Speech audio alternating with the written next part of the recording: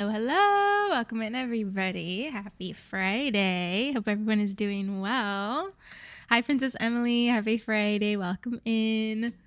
Let me see here. I am going to pull up my music. We are going to be reading today, and I am so excited. We are going to be finishing Nancy Drew, the final scene, which should be really good. I've actually really been enjoying this one so far. I feel like it's pretty close to the game, but like it's had some things that are different.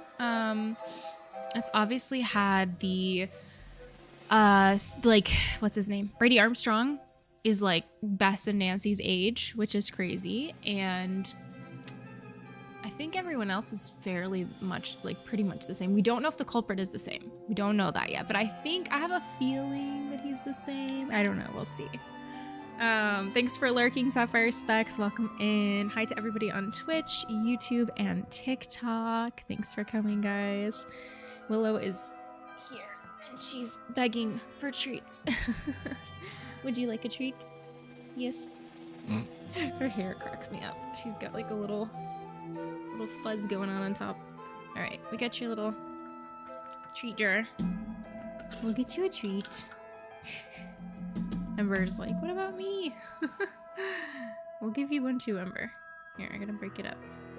Because you're a little goblin and you just swallow it and you don't chew it. There you go. There you go. Good girl. Alright, we're gonna give one to Ember as well. Thank you for redeeming it, Princess Emily. I'm like, whether we redeem it or not, I usually give them one anyway, because they're good girls. She is having the time of her life right now. So, fun story. We have a line outside in our yard, and I put them out on it with like on a leash, and like they can like go up and down on the line, and they have a leash that lets them go farther out in the yard. And so Ember went and rang the bell on the door so she could go outside. So I let her outside, and she's out there for like a decent amount of time, and I totally forgot that she was out there. And normally they come back and scratch at the door to come back in. And so I was like waiting to hear her scratch at the door. Well, like 30 minutes went by, and I'm like working, like doing stuff. And then I realized, I'm like, Ember hasn't scratched at the door. I'm like, is she just playing out there? I go and look, and she got caught in a bush on one side of the yard, and it was pretty far. And so I couldn't hear her whining. And she's just sitting there, and she's shaking. It was snowing outside, so she's just shaking. She's so tiny.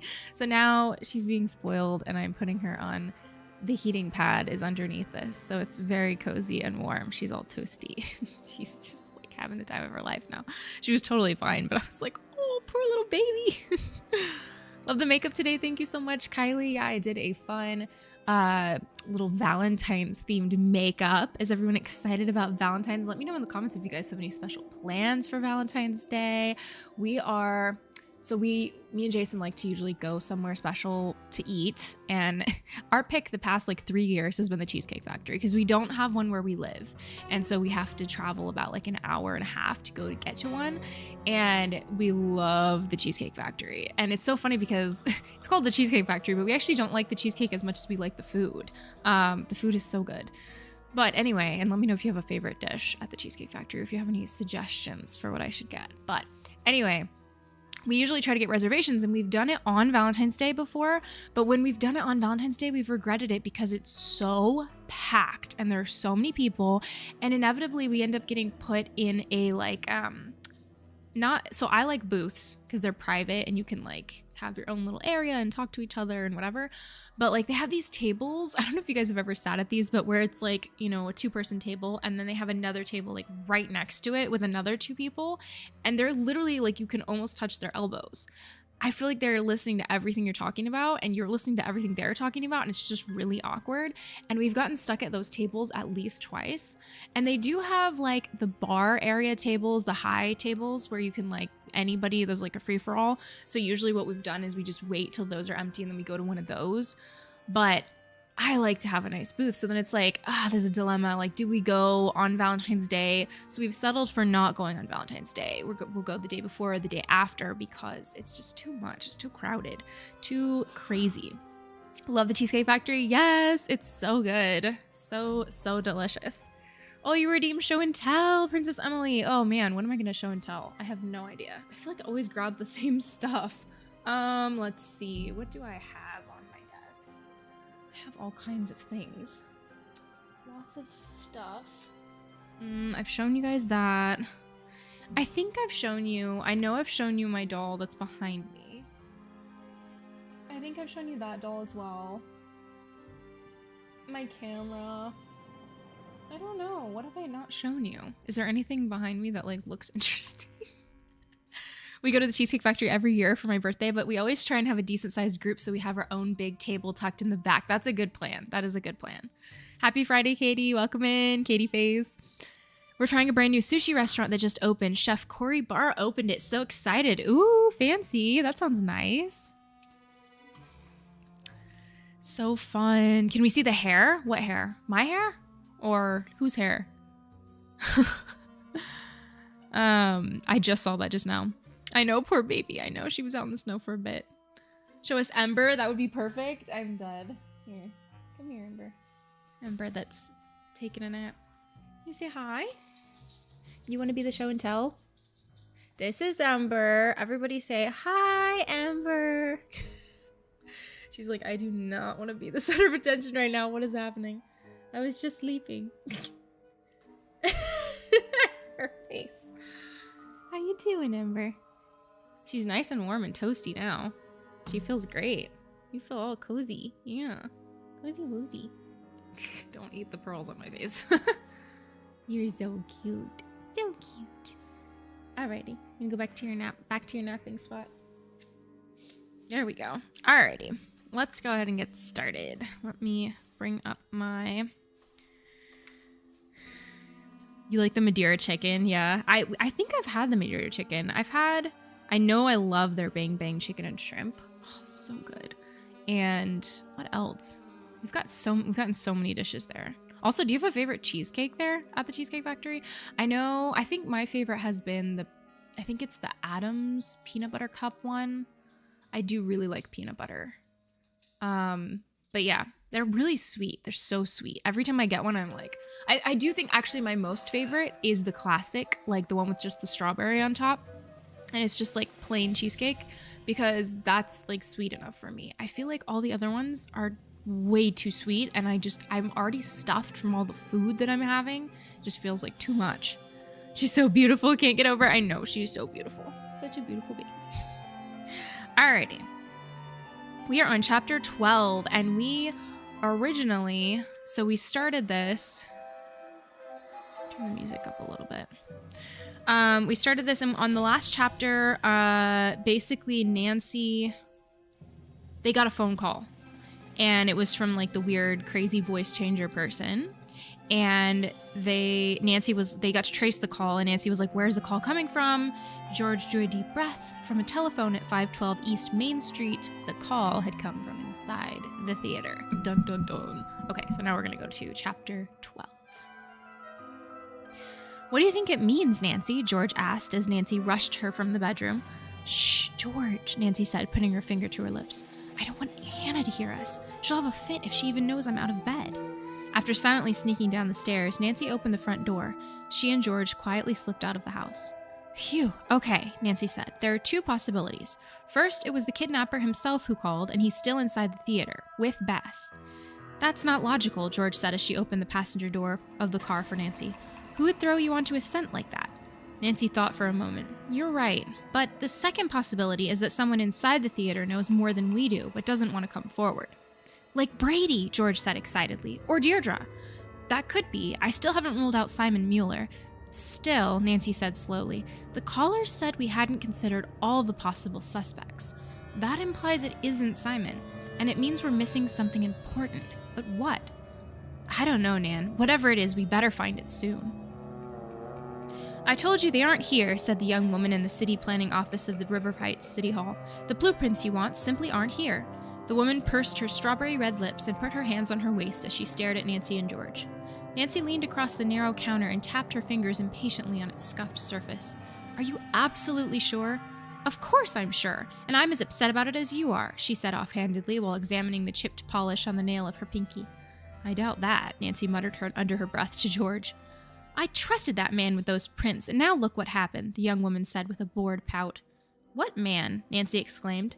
Just some guy. He came in a few days ago and asked to see the blueprints. Then he asked permission to take them down the hall to photocopy them. Our copier was broken, so I let him take them. He brought the envelope back later and left it on the counter. Like a dummy, I filed it without looking inside. Apparently, he took them with him. She patted her carefully styled blonde hair, and he seemed so honest, too. What did he look like? George asked eagerly. What? The librarian squinted at George through her heavy blue mascara. What did he look like? He looked just regular. Did you notice anything about him? Like the color of his hair? Nancy continued.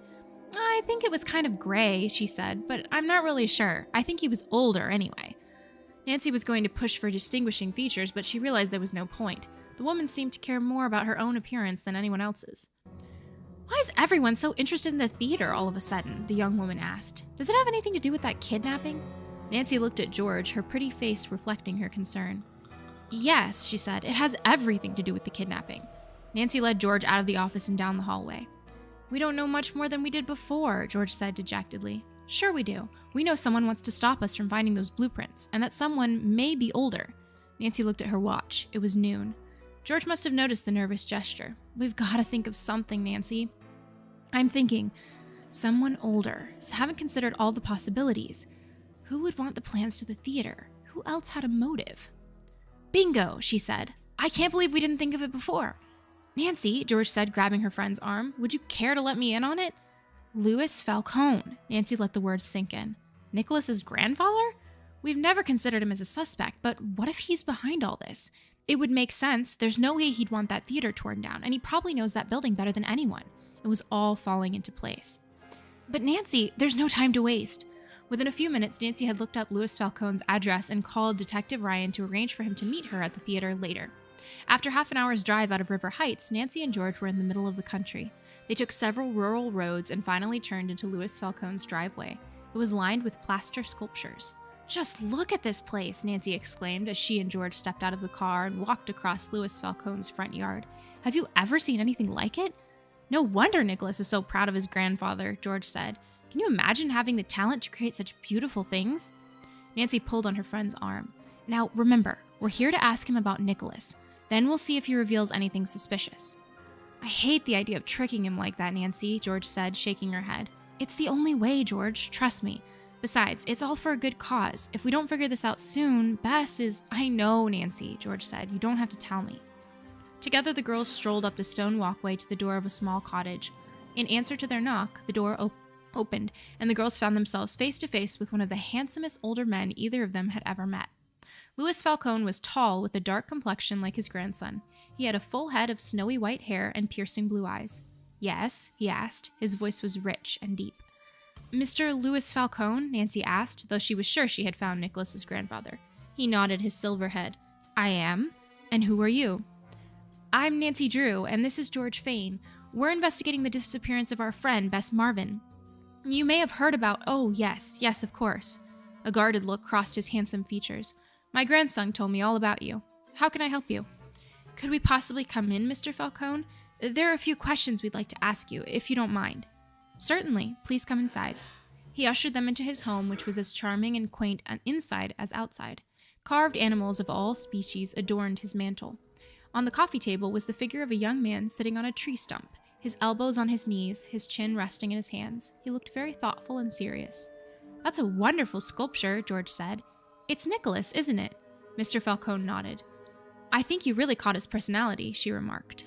Mr. Falcone studied the piece as though seeing it for the first time. Yes, I was pleased with it. Nicholas is such a serious, intense boy. Always has been. It sounded funny to Nancy to hear Nicholas referred to as a boy when he was at least 23 years old. She supposed that to his grandfather he would always be a child. So, have you heard any news about your kidnapped friend? He asked, motioning for them to take a seat on the sofa. No, unfortunately not, Nancy said. And I'm now one of the suspects on your list, he said, looking at Nancy. Nicholas's grandfather had guessed why they were there. She decided to be honest. Your feelings about the upcoming demolition are a matter of public record, she said, and none of us can blame you for wanting to preserve your father's and your art. Louis Falcone said nothing for a long moment. He only walked over to a small table and picked up a chunk of wood that he had apparently been carving. Walking over to the girls, he handed them a piece. "Do you see this?" he said. "This is just a bit of Baroque carving, a shell. It's only a fancy little curlicue. I've been carving on it for 2 hours. Like this." He took a sharp knife from his pocket, pressed the tip to the wood, and scooped out a small bit of the wood. "When I'm finished carving this," he said, I'm going to use it to make a mold. From that mold, I can cast dozens of these shells in plaster. Then I paint them gold or silver. Mixed with other shapes, I can create those ornate borders that you see all over the theater." He walked back to the table and laid down the wood and chisel. "I began learning my craft back in Italy when I was only 6 years old. By the time I was 14, I was here in the United States working as a master craftsman." "You have a wonderful talent, Mr. Falcone," George said sincerely. "Yes, I have," he said without pretending to be humble. "But a man only creates a few truly beautiful things in his life. That theater was one of my father's and my contributions to this world. I spent a long time creating the Royal Palladium. I don't want to see it destroyed in one day." "I don't blame you," Nancy said. Then she asked him pointedly, "Did you kidnap my friend, Mr. Falcone?" He returned her steady gaze as he said, "No, Miss Drew, I didn't." Nancy swallowed hard. George glanced at Falcone, then gave Nancy a sad and disappointed look. "Do you believe me, Miss Drew?" he asked with a half smile. "I think you and your grandson would do almost anything to preserve that building," Nancy said, baiting him. Carefully watching his reaction, she saw his eyes flash with anger and determination. "You're right, Miss Drew, we would. And if that makes us suspects on your lists, so be it." He stared at her with such intensity that Nancy found herself having to glance away. Her gaze swept Mr. Falcone's studio, and a photograph hanging among others on the wall caught her attention. She stood up and walked over to the wall. "This is a picture of you, Nicholas, and Joseph Hughes," she observed. "I didn't know that you were friends." "I've known Joseph for years," he said. "He's a good man." "Do you think Joseph is capable of kidnapping?" Nancy asked him. "Joseph is a very capable man," he said without hesitation. "He has a deep love for the theater, and I'm sure that he would do anything he could to save it. But he's a kind soul. I can't imagine he would hurt anyone." Nancy turned to face him, her eyes trained on his face to watch his reaction to her next question. "George and I went to City Hall less than an hour ago to look at the blueprints of the theater. They're missing. Do you have any idea who might have taken them?" He smiled a half smile and shrugged. "Can't imagine. Now, if you'll excuse me, I'd like to get back to work." Nancy looked at George in frustration. Another dead end, and it was getting later by the minute. They said goodbye to Louis Falcone and headed back down the walkway to their car. "I think he did it," George said with conviction. "But he denies it, and we haven't got any proof." Nancy shook her head sadly.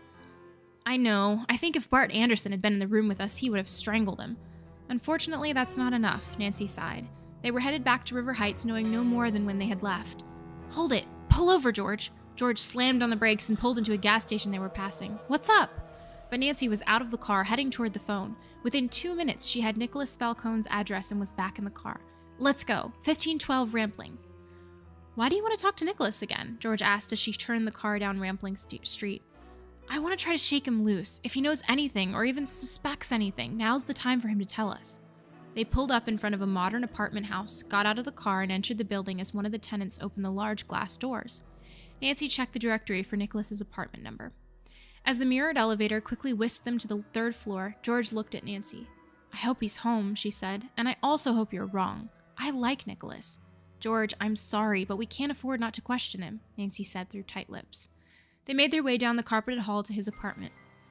"Here it is," Nancy said, pointing to the door on their left, which was slightly ajar. "Hey, look, it's open." "At least he's home," George said, knocking on the door. Nancy felt her heart quicken as she waited for Nicholas to answer the door. After a few seconds, she decided to knock. Still no answer. She glanced up and down the hall, then gently pushed the door open. "I hate to do this, but..." The sight that greeted Nancy from inside Nicholas's apartment made her stop in her tracks. Oh no! Chapter 13. Nancy's eyes took in the overturned coffee table, the broken lamp, the green plants that lay across the carpet in their spilled dirt. "Nicholas!" George called. "Nicholas, are you here?" Nancy echoed. But she knew, even as she called his name, that Nicholas wouldn't answer. She knew that something must have happened to him. Nancy and George searched the apartment for him, afraid of what they might find. After a few minutes, they gave up looking. "I just hope he's not hurt, considering the fight he must have put up," Nancy said.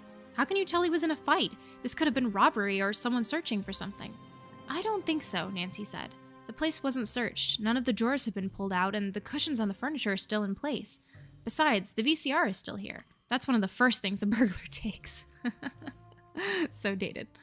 You're right, George agreed. And since Nicholas is nowhere to be seen, I wonder if maybe we have a second kidnap victim. Just then there was a knock at the door. Both girls turned and called, "Come in." Joseph Hughes entered, looking terribly worried. When he saw the condition of the room, he turned even more pale. "What happened?" he asked. "We don't know for sure," Nancy said, "but it looks as though Nicholas had some trouble." Then Nancy found herself wondering what the elderly caretaker was doing there. "Is there some reason you're here, Joseph?" she asked. "What?" Joseph stared at her as though in a daze. "Oh, I came here to check on Nicholas. The kids in the picket line were worried about him. He didn't show up." Joseph looked around the room again, then began to murmur to himself. "This wasn't supposed to happen," he said. "Nobody was supposed to get hurt. I never meant for—" "You never meant for what?" George asked, jumping on his words. "What wasn't supposed to happen?" "Nothing." He closed his eyes and shook his head violently. "Nothing. I just meant that—" He opened his eyes and looked around the room again, becoming more agitated by the moment. "Oh, Nicholas, if anything happens to that boy, it'll be all my fault." Nancy walked up to him and caught him by the arm. "Joseph, why? Why would it be your fault?" Joseph looked at her as though seeing her for the first time. Then he seemed to realize what he had said. "Never mind," he said, pulling out of her grasp. Just never mind." Oh, goodness. He backed away from her towards the bedroom, his hands in front of him as though he were warding off an evil spirit. Nancy wondered what she had said to set him off. Whirling around, Joseph raced into the bedroom, slammed the door, and locked it behind him. "Joseph, open up!" Nancy shouted as she pounded on the door. "George, get my purse. I need my pick lock. Hurry." George brought Nancy's bag, and in a minute Nancy had found her tool, jimmied the lock, and opened the door. They raced into the room, but found it empty. "Where is he?" George shouted. "Over there," Nancy said, pointing. "The window's open." They ran to the window and squeezed through onto the fire escape. Far below, they saw Joseph scurrying down the escape, nimbly jumping from one level to the next. There was no point in chasing him. He had too great a head start. They both watched the old man as he hit the ground running and disappeared down the nearest alley. They turned to each other, both of them thinking the same thing. Nancy was the first to say it. "He sure is spry for such an old fellow." "Spry enough to climb around on a catwalk," George observed. "Definitely." Nancy ran back into the living room and grabbed her purse. "Come on, we've got to find Bart Anderson. We still can't prove anything, but when we tell him about Joseph, he'll just have to postpone that demolition." 15 minutes later, the girls stood in Bart Anderson's outer office. "I'm telling you for the third time, Mr. Anderson is out. Out! You know, not in." His secretary bristled at Nancy and George as they stood in front of her desk, demanding to see her boss. "So why is a dark blue Mercedes parked out in front of his space?" Nancy asked. She found that her voice came out sounding far calmer than she felt.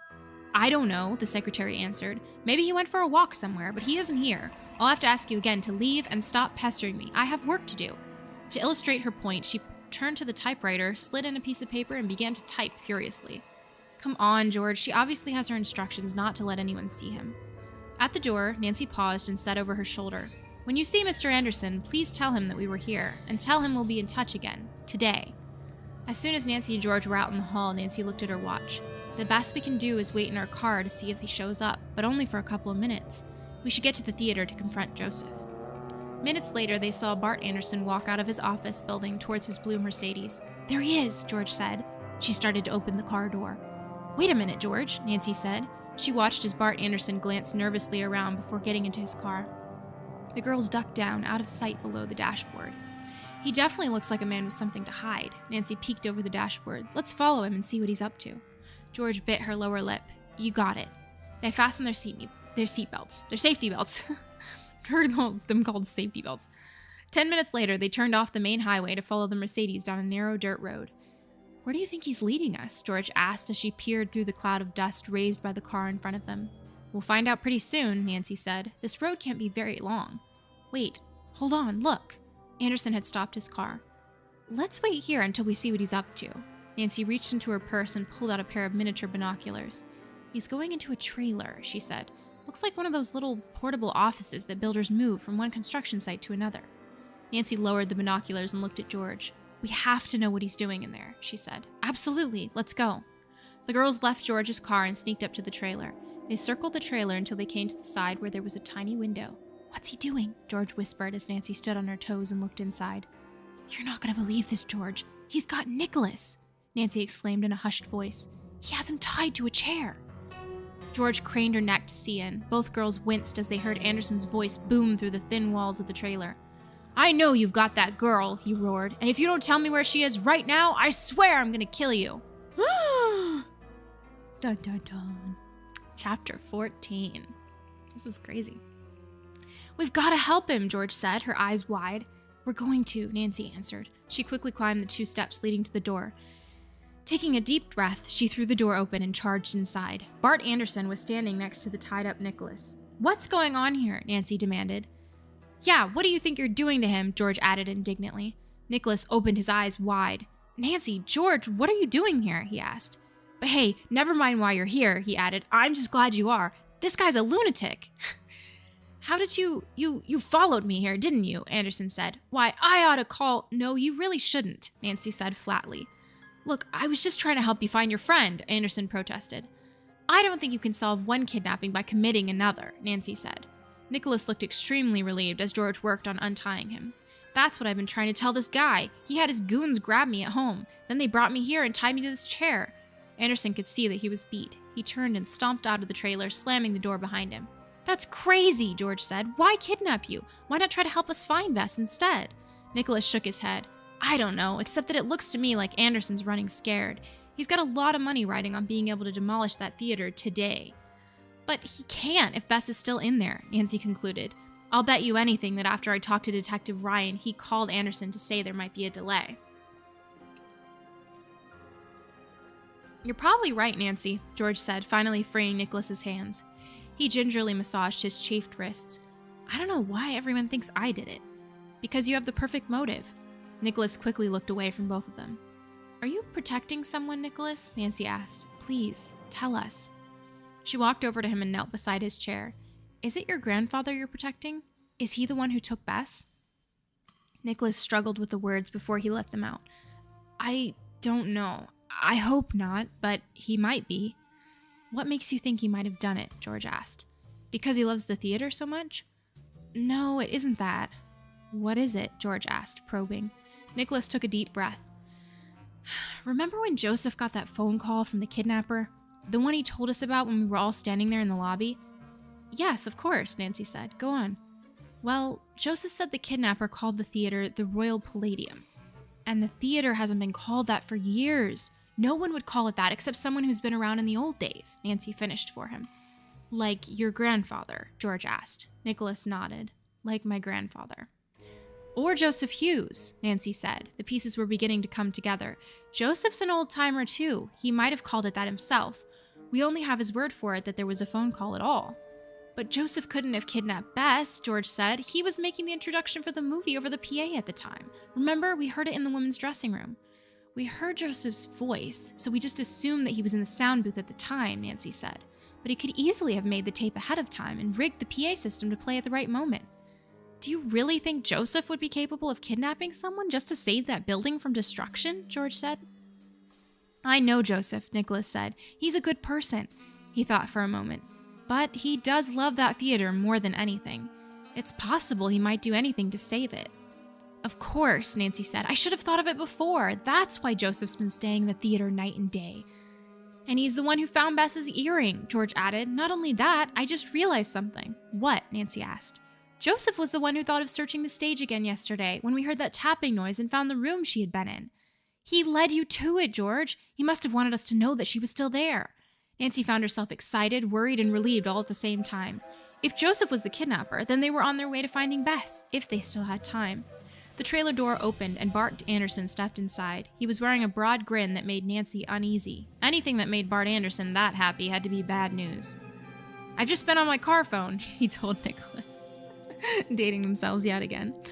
I've just been on my car phone and I pulled a few strings at City Hall. I had to cash in on some long-standing favors that I'm owed, but it was worth it. What was worth it? Nancy asked, afraid she didn't want to know. I moved the demolition time up. You did what? George exclaimed. Anderson smiled and pointed to the thin gold watch on his wrist. That's right. The building's coming down in 15 minutes. I don't want any of this foolishness to interfere with my project, and the only way to stop it from interfering is to finally destroy the place. 15 minutes? Nancy reached out and grabbed the front of Bart Anderson's jacket. We just solved the case. We know who kidnapped Bess, and now we're sure that she's still in there. Anderson looked suspicious and doubtful. Do you really, or are you just trying to stall me again? It's Joseph Hughes, Nancy said. It has to be. The janitor? Anderson asked. He's a lot more than the custodian. Joseph is the soul of that theater, Nancy said. Her heart was in her throat. She had to make him believe her. Please, Mr. Anderson, she continued. I don't have time to explain all the details to you now, but we really do have very strong reasons to suspect him. You've got to stop that demolition. Our friend is in the building. If they tear it down, she'll die. Not more than 5 minutes later, Anderson's Mercedes was hurtling down the dirt road, sending a whirl of dust into the air. Can't you drive any faster? George urged. It won't help your friend if we get ourselves killed before we get there, he said grimly. But from the passenger seat, Nancy saw him press the accelerator closer to the floor and the speedometer jump another 10 miles per hour. Try to get your crew on the phone again, Nancy suggested. Or better yet, let me try. You've got your hands full driving. She dialed the number he gave her, but there was still no answer. That means they're in the theater already, Anderson said. Do you think we'll make it in time? Nicholas asked, leaning forward from the back seat. I don't know. My crew's very efficient. Once they start, it won't take them long to level the place. 10 minutes later, the Mercedes screeched to a halt in the theater parking lot. As the group piled out of the car, Nancy reached down to Anderson's tape deck and grabbed a cassette tape out of it. What's that for? Nicholas asked when he saw her shove it into her pocket. Nancy didn't have time to explain that she would need it to bluff Joseph. She was already running toward the building. She followed Anderson as he raced toward his crew who were assembled at the side of the building. Hey, stop it! Hold it, you guys! Bart shouted. They couldn't hear him above the noise of the machinery and the pickets' cries of protests. To add to the bedlam, Brady, Deirdre, and Simon chose that moment to arrive. Seemingly from out of nowhere, 20 screaming girls appeared and surrounded the stars, waving bits of paper and pens. Bart ran up to the man operating the wrecking ball. Hold it, Charlie, he shouted, but it was too late. Nancy watched in horror as the huge steel ball crashed into the side of the theater and its wall collapsed in a cloud of dust. I can't believe they're actually, tearing it down. That's crazy. Can you imagine if that happened in the game? Ugh, that would be so scary. All I can think of listening to this is Fight the Power, yeah. So similar to the game besides Nicholas being kidnapped. Yeah, it is. All right, let's see. Chapter 15. You can't go in there, Bart Anderson shouted to Nancy, Nicholas, and George as they ran through the front door of the theater. The building's unstable now, and it might... They didn't hear the rest of what he said. Their only thought was of their friend and her safety. They paused for a moment in the lobby. Plaster dust swirled around them and drifted down, covering the white and black marble floor at their feet. We have to find Joseph, Nancy told them as she anxiously searched the empty lobby. My guess is he's in here, going down with the ship, so to speak. I'll check downstairs, Nicholas said as he headed for the staircase. He ran up the steps, taking them 2 at a time. I'll search the office, George said, taking off in that direction. Nancy ran into the auditorium. The deserted room was half lit by the stream of light that poured in through the gaping hole in the side wall. This was the heart of the theater. Something told her that he would be here. He was. Nancy hurried to the back of the dark auditorium where he sat huddled in a seat. His head was down between his knees, his arms wrapped over his head. They're gonna do it, he said tearfully. They're gonna pull it down and kill us all. Nancy sat down in the seat beside him and put her arm around his shoulders. No one's gonna die, Joseph, she said as gently as she could. They've stopped the demolition. She looked over at the gaping hole in the side wall. Through the space, she could see Bart Anderson and his crew milling around outside. Slowly, Joseph lifted his head and looked around. He could see for himself that they had halted the destruction. How did you get them to stop? He asked. We found out for sure that Bess is here in the theater, Joseph, and we know that you're the one who took her. He looked at her in disbelief for a long moment, then suddenly his dazed look dissolved. He jumped to his feet, and before Nancy had a chance to grab him, he ran to the back door of the auditorium. Oh, no, you don't, she cried out as she ran after him. You got away from me once today, and that's enough.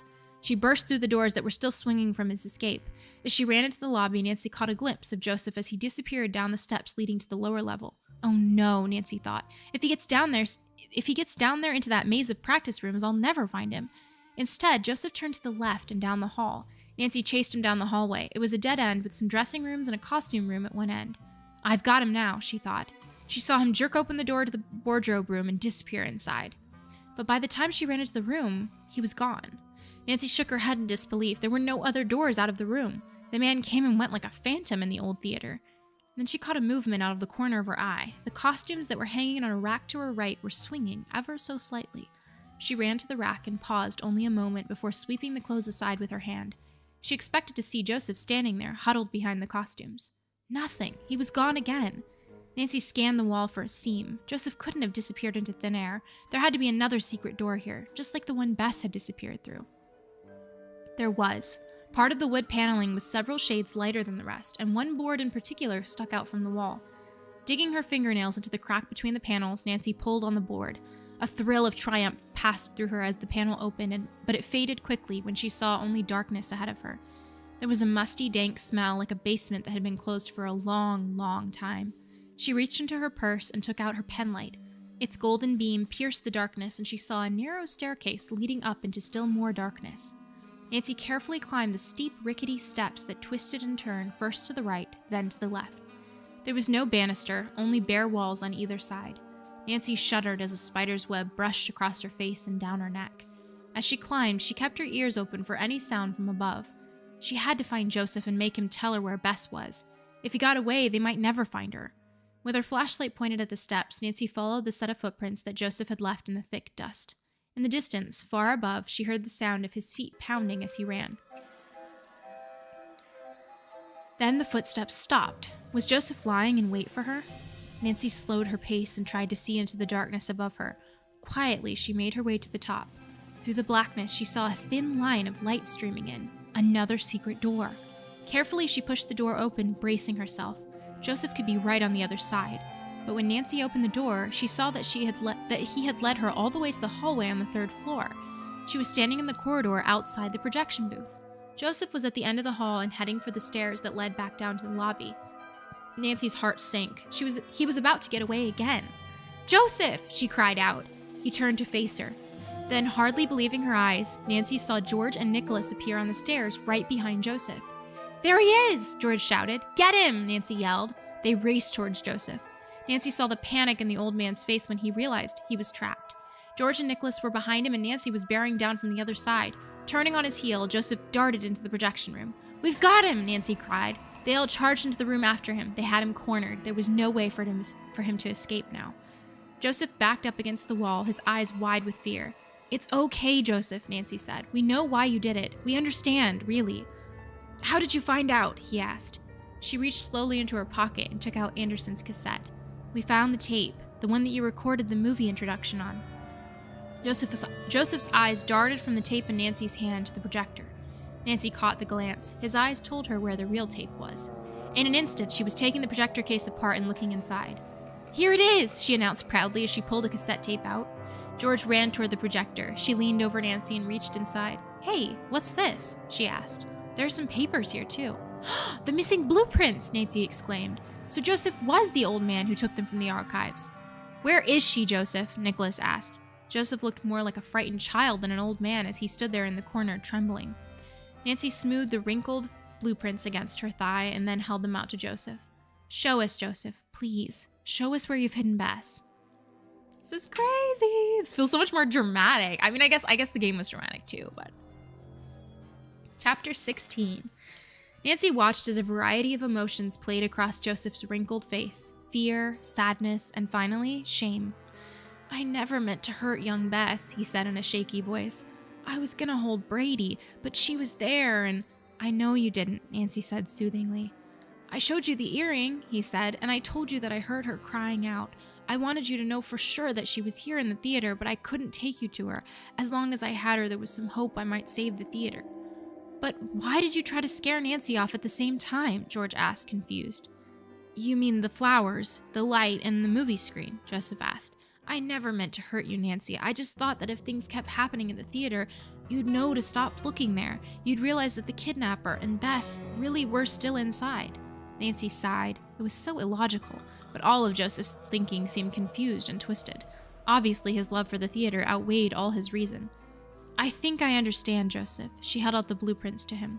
"But please, show us where Bess is. They've stopped the demolition. You can tell us where she is now." Joseph blinked several times, holding back his tears. Then Nancy watched as he slowly reached out his hand. His finger trembled. Nancy held her breath.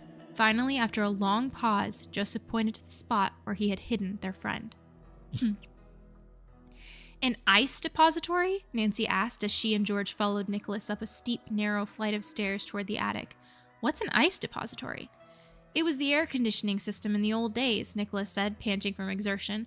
"There's this narrow space between the attic and the ceiling of the auditorium. They used to put big chunks of ice there in the summer to keep the audiences cool." "Did it work?" George asked. "I don't know. I wasn't around back then. I just remember hearing about it." So where is it? Nancy asked when they reached the attic. Nicholas referred to the paper in his hand. Somewhere about here. He dropped the blueprints and began examining the wide boards in the floor. The opening where the ice was put in has been boarded over, but if Joseph has been in here, there should be some loose planks. Suddenly, a board came up at his prying. The girls caught their breath. "Bess!" George cried. They paused a moment to see if they could hear anything. They did, a faint movement from the dark recesses that Nicholas had just uncovered. "Bess, is that you?" Nancy called. "She's in there," George said firmly. "I just know it." Nancy knelt beside the hole and shined her flashlight into the darkness. That was when she saw the most welcome sight of her life. A patch of teal blue and the sparkle of sequins, and it was moving. "It's her!" she cried, "and she's alive!" "Here, let me get her out," Nicholas said, gently easing Nancy aside. "It would be my honor, really." Nicholas slipped easily into the narrow space and disappeared for a while. In less than a minute, he reappeared with a dirty, disheveled, but happy Bess in his arms. He lifted her out of the hole and handed her to George and Nancy, who instantly smothered her with hugs and kisses. "Oh, Bess, we were so worried," George said while laughing and crying at the same time. "We didn't know where you were, or if he'd hurt you, or even who had you. It was awful." Nancy grinned in relief. "Hold on, George. Before you have your reunion, let's untie her and take the gag off her mouth." George quickly untied the towel from Bess's mouth while Nicholas and Nancy unbound her hands and feet. When Bess opened her mouth to talk, her voice was hoarse and shaky. "What took you guys so long?" she asked. With that one question, Nancy was reduced to tears. At last, they had found their friend. "Oh."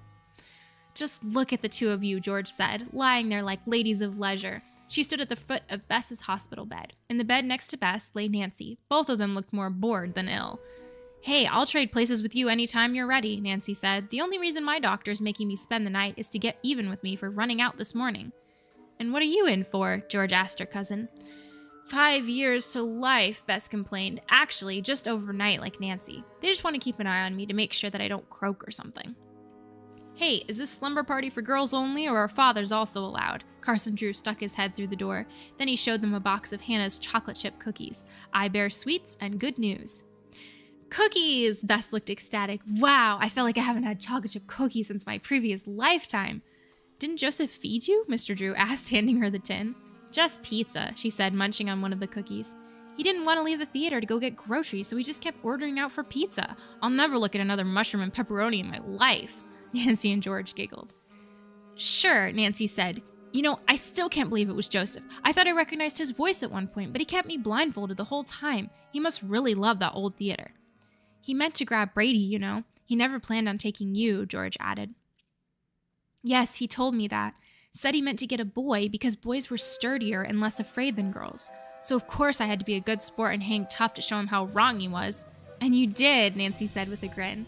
"I'm just glad he didn't hurt you," she added. "My wrists and ankles are a little sore from the ropes, but that's about it." She took another cookie from the tin. "What's going to happen to Joseph?" she asked. "After we put you in the ambulance, we handed him over to the police," Nancy said. "They arrested him on the spot. I suppose he'll be charged with kidnapping and extortion." "That's too bad," Bess said. "Even though he put me through one of the worst experiences of my life, I do feel sorry for him. Maybe my testimony will help him in court." "I'm sure it will," Mr. Drew assured her. "And now for my good news." "Oh yes, he brought good news with his cookies," Nancy exclaimed. "Let's have it."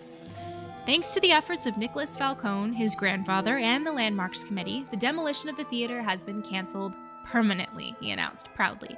"And the city has declared it a historical landmark. Yay!" "Bart Anderson must be livid," George said, not bothering to hide her glee. Mr. Drew cleared his throat. "Actually, Bart Anderson has other things on his mind. He was arrested too, along with Joseph." "He was?" the girls asked in unison. "For what?" Nancy asked.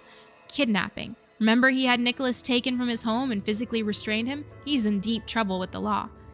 "Hey, this looks like a party. Can we join in?" Deirdre asked as she peeked into the room. "The more the merrier," Nancy said. "But Bess wants to know if you brought pizza." Bess groaned. Deirdre walked into the room, followed by Brady and Nicholas. When Bess saw Brady, she gasped and pulled the sheet up to her neck to cover her ugly hospital gown. Instinctively, she put her hand up to her hair, but it was a lost cause. "Hi, Bess," Brady said as he walked over to her bed. "It's good to see you again." "Do you remember me?" she asked breathlessly. "Of course I do." His green eyes twinkled and he smiled his easy, heart-stopping smile. "You're just as pretty as I remember, too. Even prettier. I can't tell you how bad I feel that you were kidnapped instead of me. I would have traded places with you if I could have."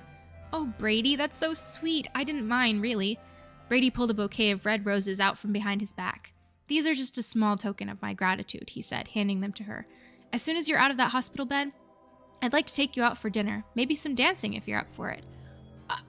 Sure, I'd love to, Bess said. Thank you. He leaned down and placed a kiss on her cheek. Bess looked as though she were about to faint away. Then she blushed bright pink, and Nancy thought she had never seen her friend look more lovely. Bess put her hand to her cheek and drew a long, shuddering breath. Wow, a kiss from Brady Armstrong. I almost feel like it was worth it to get kidnapped. The end. Wow. Crazy, crazy, crazy. That was so good. Bess got Stockholm Syndrome. I'm dead. They even kept the pizza the same. Yeah, they did. A lot of things were the same. I feel like it was a bit more... I did feel more like sad for Joseph. And also I feel like Joseph felt a little bit more like a lunatic in the book than in the game. The game, it was like he was just straight up like, not evil, but like almost like he was like mean, and he was like, I don't care, like I'm gonna keep her in here even if she dies type of a thing. I just remember the game being timed at the end and it was so stressful. But I also think the concept of it being Bess feels like so much stronger of like an urgency because you have so much connection to Bess, and like it was so sweet at the end when they're like, they finally found her. Also, I think it was cool how George was like working together with Nancy the whole book. Like, it would have been cool to have George in the final scene and have you looking for Bess. I feel like that would have been really fun. Because Maya, like they introduced Maya, which is the girl who gets taken. And I guess it's just like an opportunity to add a new character, but I think it would have had more of an urgency to have Bess. Also, I like the idea of like Brady Armstrong being young and like Bess having a crush on him. Like that was cute. Yeah, I do like the characters they added in the game though. Simone, when she's like, what does she say about like, hold on, someone just climbed out of my closet or out of my wardrobe or whatever. She's so iconic. She's terrible person, but so iconic. She basically replaces, who is it, Bart Anderson? Or one of the people in the game. No, Simon Mueller. Simone, I guess her name is Simone. But yeah, I love what they did with the game. But yeah, the book was really good. That was probably one of my favorite ones so far. Agree, I like that Bess and George were in it. They would have been fun in the game, yes. Simone is such a diva, she is. Agreed, yeah. That was a good one. How would you guys rate that one? Like, do you guys... which one have you guys liked the best so far of the ones that I've read? Because we've read Secrets Can Kill, we've read Treasure in the Royal Tower, and now we've read The Final Scene. Have we read a fourth one? I think those are the three that we've read. What would be the next one in the series? Let's see. On Wikipedia, it says the list and all of which books inspired which games. So we did Secrets Can Kill, Treasure in the Royal Tower. Oh, we did Message in a Haunted Mansion. We did do that one. I skipped Stay Tuned for Danger because I haven't played that game, so I didn't want to spoil it for myself. We did Message in a Haunted Mansion. We did Treasure in the Royal Tower. We did The Final Scene. So next is going to be The Secret of the Scarlet Hand, which is called literally exactly that. Nancy Drew, The Secret of the Scarlet Hand. I think Nancy Drew, Secret of the Scarlet Hand book. I wonder, I think that might be an original book, or is it a Nancy Drew Files or whatever? I think maybe it's a Nancy Drew Files. But yeah, we'll have to read that one next. That should be fun. So good. Yeah, her name is Simone Mueller. Oh, okay, so she is based off that character for sure. That makes sense. What's my favorite Nancy Drew game? Favorite Nancy Drew game? So I've currently almost finished replaying all of them on stream every Monday and Tuesday. Sorry, Wednesday. Monday and Wednesday now we're playing Nancy Drew games, and 4:30 to 6:30 p.m. EST. And I will be back on Monday playing Mystery of the Seven Keys, which is the newest Nancy Drew game, which I've never played before. I'm very excited. But my favorite, like prior to playing all of them again, was Shadow at the Water's Edge. Second favorite is Mornings at Waverly Academy, and third favorite was probably Alibi and Ashes. I also really like Sea of Darkness, But yeah, Warnings of Waverly Academy and Shadow of the Water's Edge are my two like top. But yeah, we're gonna rate all of the Nancy Drew games after I finish Mystery of the Seven Keys. So be sure to tune in on Monday because I'll be starting that one, and then we'll play over a couple, like we'll finish it throughout a few different streams. And then when we're done with it, I will do a stream that is only just rating all the games, which should be super fun. He thought we might be adding Tuesdays again too. Oh no, I don't have that much time to be like streaming Nancy Drew every day. Also, Princess Emily gave me a suggestion on DMs to add more options to bingo. So very exciting. On Monday, we have a bunch of new things for bingo that I've added that she gave suggestions for. So thank you so much for that, Princess Emily. And that'll be super fun. Alrighty, I will see you guys on Monday for Nancy Drew, Mystery of the Seven Keys. I'm very excited because I've heard that it's better than Midnight in Salem. I feel like anything would be better than Midnight in Salem. But very, very excited. So I hope everyone has a wonderful weekend, and thanks so much for